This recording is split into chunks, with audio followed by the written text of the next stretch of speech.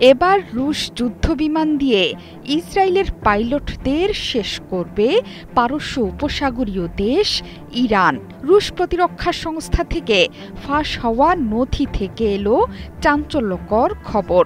অন্তত ৪৮টি SU-35 কিনতে মস্কোর সাথে বিশাল এক চুক্তি সেরে ফেলেছেন আয়াতুল্লাহ আলী খামেনি। এসব ফাইটার মধ্যপ্রাচ্যের আকাশ দখল করতে আসছে। এই চুক্তি মধ্যপ্রাচ্যে বিমান শক্তির ভারসাম্যকে নাটকীয়ভাবে বদলে দিতে পারে বলে মনে করছেন সমরবিদেরা।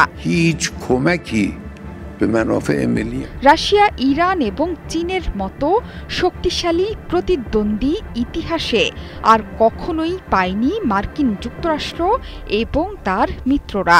এবার এক কাতারে এই ত্রিশক্তি। সামরিকভাবে এই তিন দেশের শক্তি পশ্চিমাদের ঈর্ষার কারণ। পর্দার একদিকে যেমন রাশিয়া, ন্যাটো, ইউক্রেনের সংঘাত চলছে, পর্দার অন্য প্রান্তে মধ্যপ্রাচ্যে ইরানকে দমাতে ইসরায়েলকে লেলিয়ে দিয়েছে আমেরিকা। শুধুমাত্র একটি দেশ যার সাথে সরাসরি এখনও সামরিক যুদ্ধে জড়ায়নি যুক্তরাষ্ট্র। তবে তাইওয়ান ইস্যুতে দুই দেশই মুখোমুখি।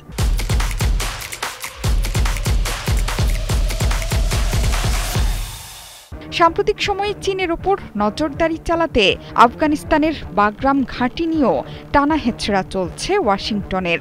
কিন্তু আমেরিকা যতই যুদ্ধের পায়তারা করুক না কেন, কোনো যুদ্ধেই বীর দর্পে বিজয় অর্জন করতে পারেনি এই দেশ এবং মিত্ররা। যুদ্ধবাজ ট্রাম্পকে উচিত শিক্ষা দিতে ইরানের দিকে সামরিক সাহায্যের হাত বাড়িয়ে দিয়েছে দুই বন্ধু রাশিয়া এবং চীন।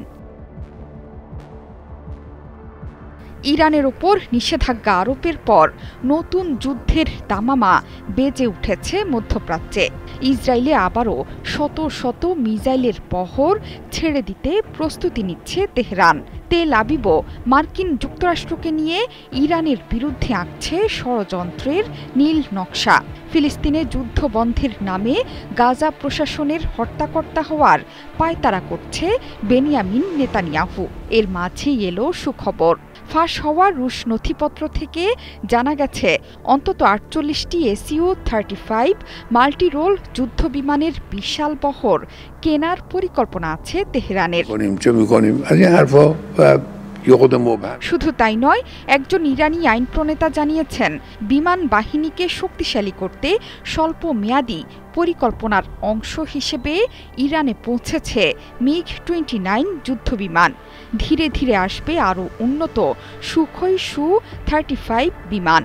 দীর্ঘমেয়াদী সমাধান হিসেবে এসব বিমানের আগমনের অপেক্ষায় তেহরান। তবে অন্তর্বর্তীকালীন ব্যবস্থা হিসেবে বর্তমানে তেহরানের হাতে রাশিয়ার MiG-29 যুদ্ধবিমান। এর পাশাপাশি চীনের HQ-9 বিমান প্রতিরক্ষা ব্যবস্থা আর রুশ S-400 ব্যবস্থাও ইরানের আকাশকে সুরক্ষিত করবে। জোহরা চৌধুরী সেতু, ৭১।